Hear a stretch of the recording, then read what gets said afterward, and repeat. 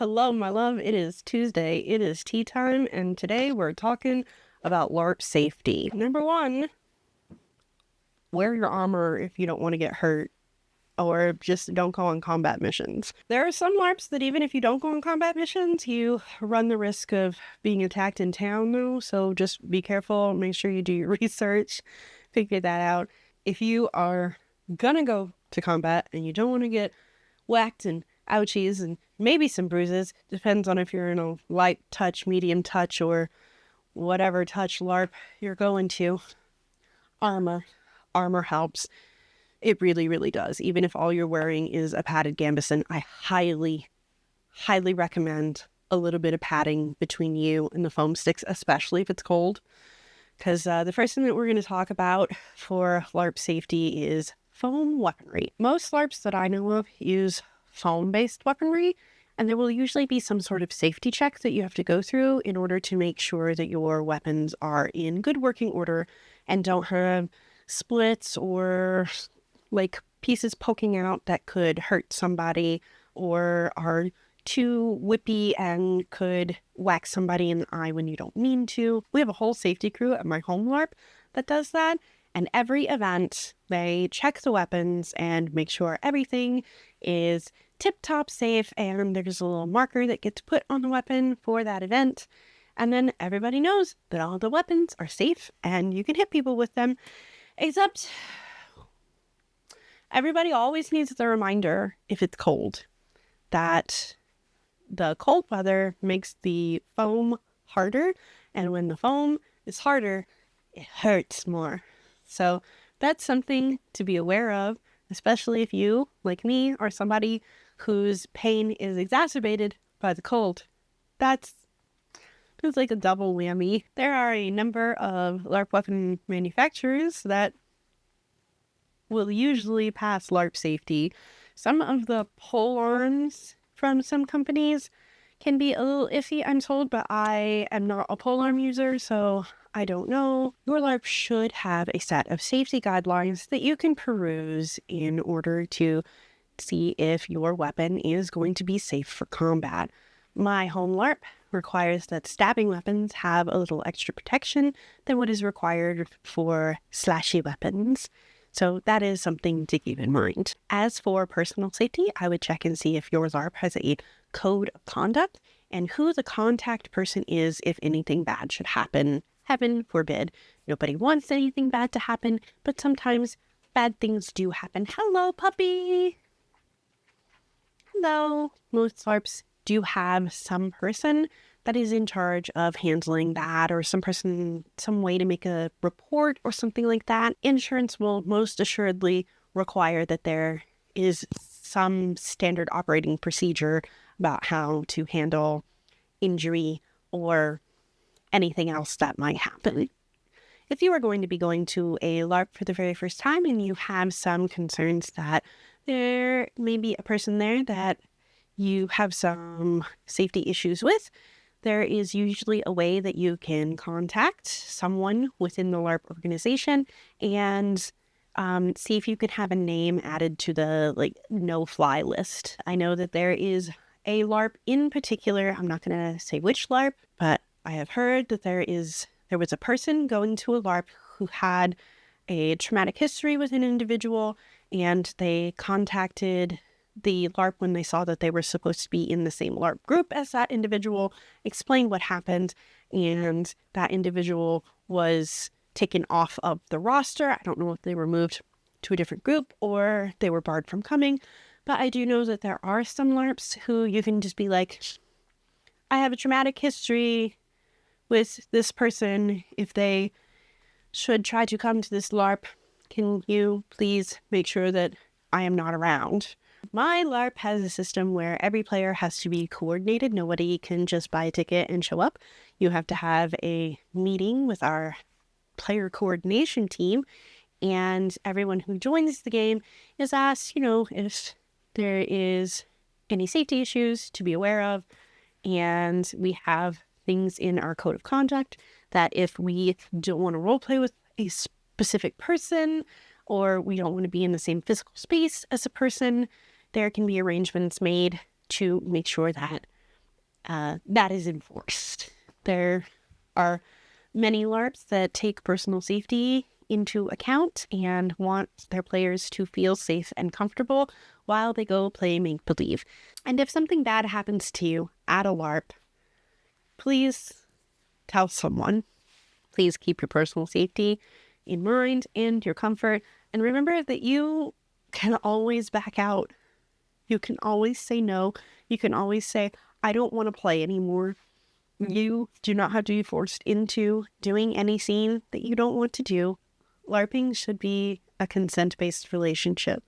You should be able to opt out, even if that means going out to the parking lot and sitting in your car because you don't want to play the game anymore. Maybe look into getting a refund if you have to miss out on the whole event because it was advertised as something and you didn't get what was advertised. But if that's the case, then the business practices are already pretty shady, and I don't know if you're going to be able to get a refund from somebody like that. There are a lot of LARPs that are run by amazing people, and then there are some LARPs that are not.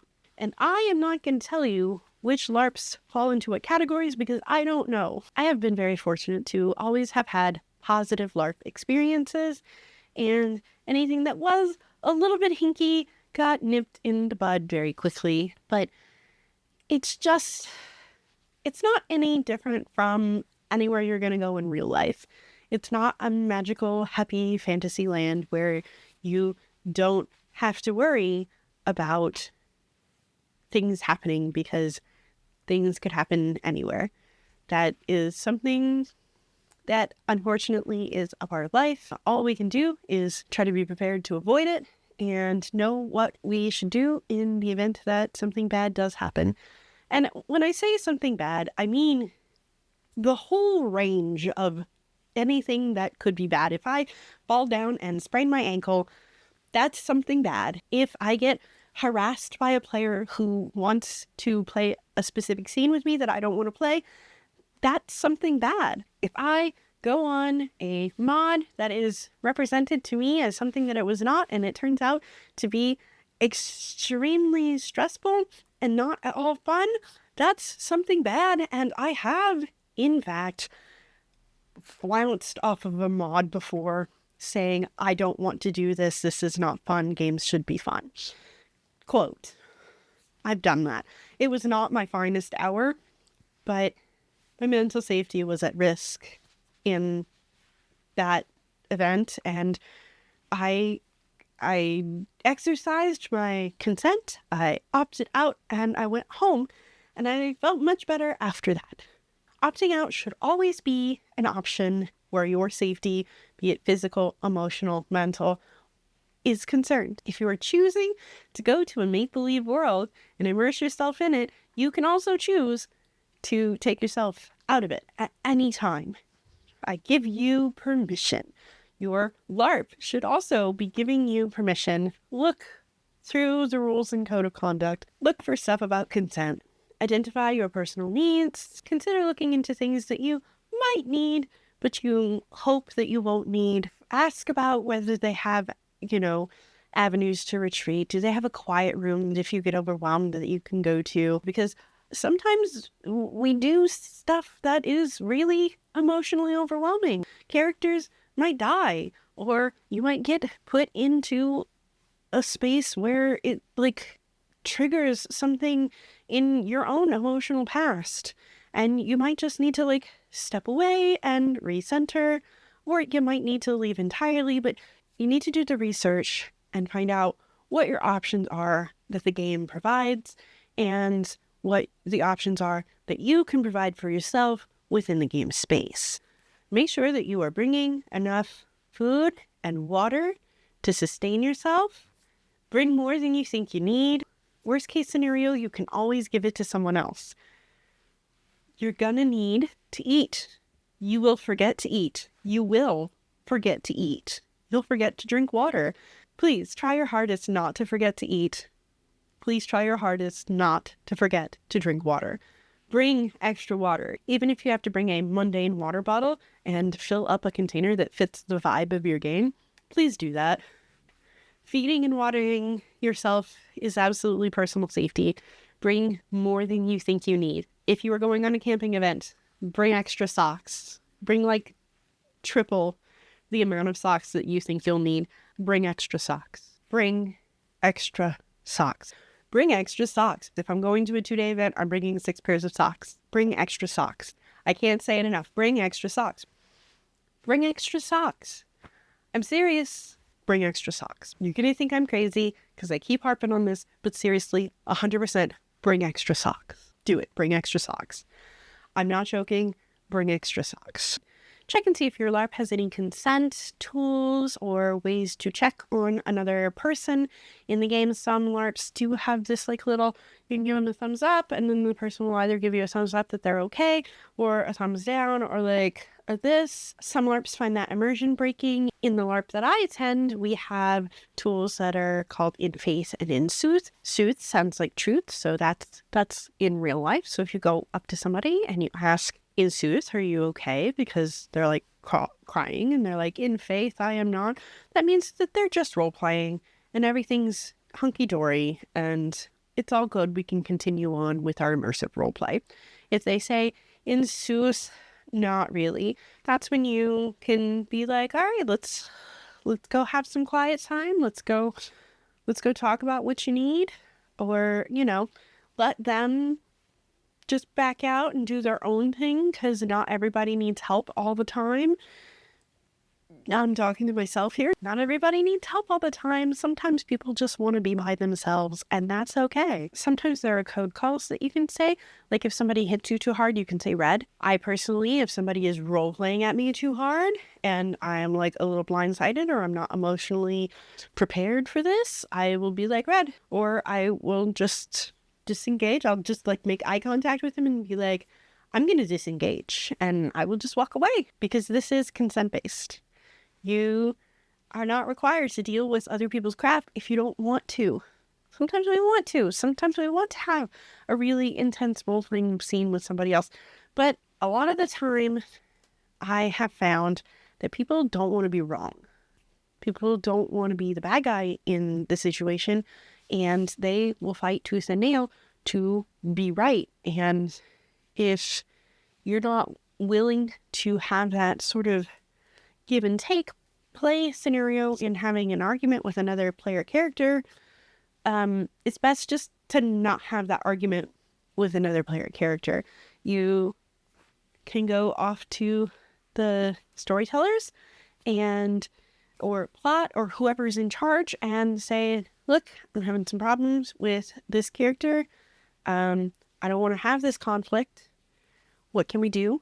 If you are playing with somebody who will do that give and take with you, you can plan out your conflict beforehand. You could be like, well, my character has these beliefs and this thing that your character did kind of riled them up. So is it okay if I come and talk to you about that? And how do you want that conversation to go?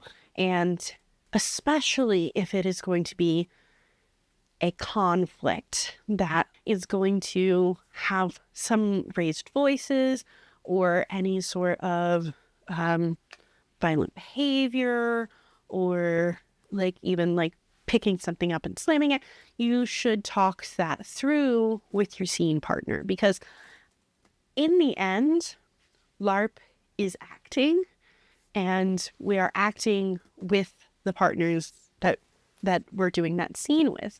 And everybody who's involved with that should be okay with it. If you're doing a really super heavy scene, you should probably make sure that your bystanders are going to be okay with it too, especially if it's something that you don't want anybody else to interfere with. There was one event that we went to that I had some friends that had like this big personal scene that they were going to do, and it was like a big surprise scene that nobody else was really involved in, but at the event that they planned to do it, we had a special rule pop up that people could get possessed.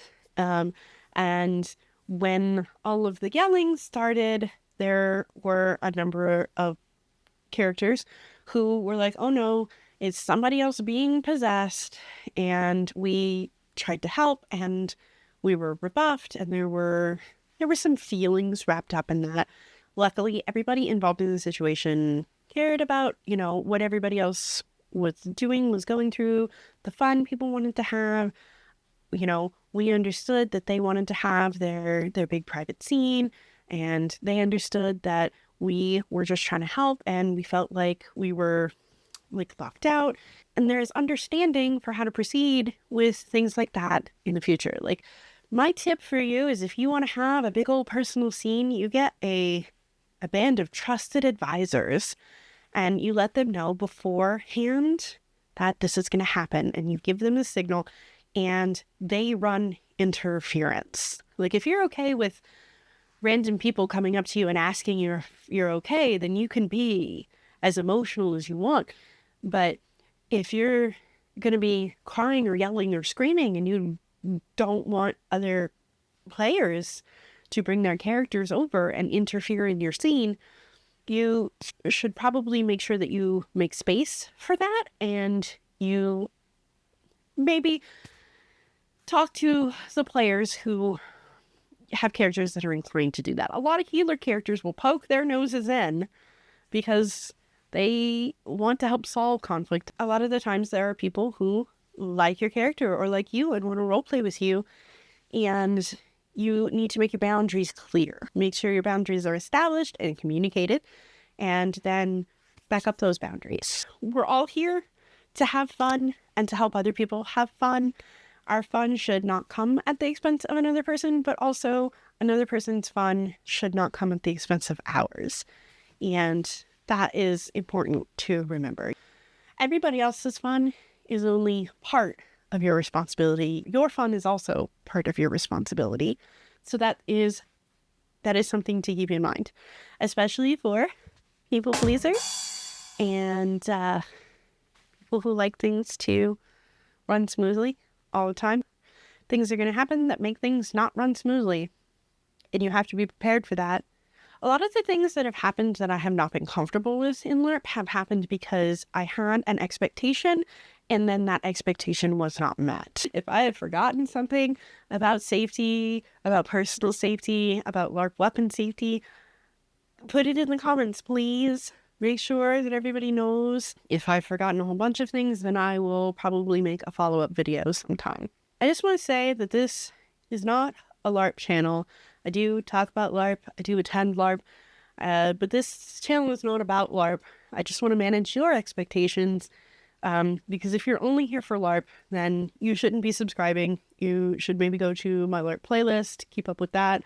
But if you do subscribe, I'd like you to hang out and watch the videos, but it's not all gonna be about LARP. I have things about costuming. I'm gonna do some bookbinding, some leatherworking, miniature painting. It's basically all the crafty things that I want to do that fulfill me. That's what this channel is about. So just setting your expectations there so that you don't click the subscribe button thinking that this is a LARP only channel and then next month get angry with me when I decide that I'm gonna sew a dress. Just gonna put that out there. Thank you for being here. Thank you for watching. If you liked this video, please hit the little thumbs up button. Leave a comment so that the algorithm knows that it should try and give it to more people. I appreciate it when you do that. You don't have to do anything. I am not your mom. I will, however, act like your mom right now and tell you to please drink some water, take your meds, eat something nutritious, and take care of my friend. I promise I will do my very level best to craft a life worth living for yours.